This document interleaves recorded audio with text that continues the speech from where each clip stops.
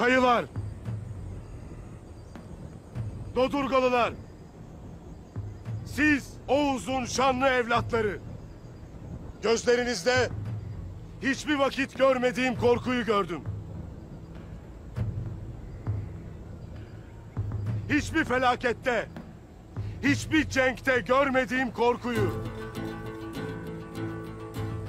Bu korku 1000 yıllık devlet sevginizden, emir emre itaatten gelir, bunu bilirim. Lakin bu emir müsveddesinden korkmayasınız.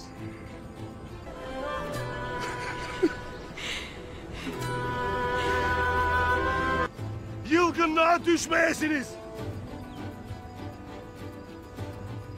Çünkü siz her daim devletinizin yanında oldunuz. Her daim de olmaya devam edeceksiniz. Devletin içine pusu kuran iblislerden korkmak değil, onların karşısında adaletle durmak bize farz kılınmıştır. Şimdi gidin.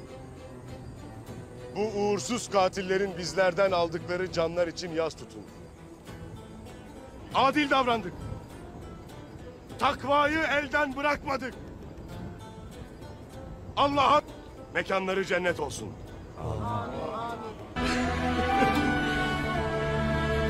Karşı gelmekten sakındık. Şüphesiz ki Allah yaptıklarımızı görendir.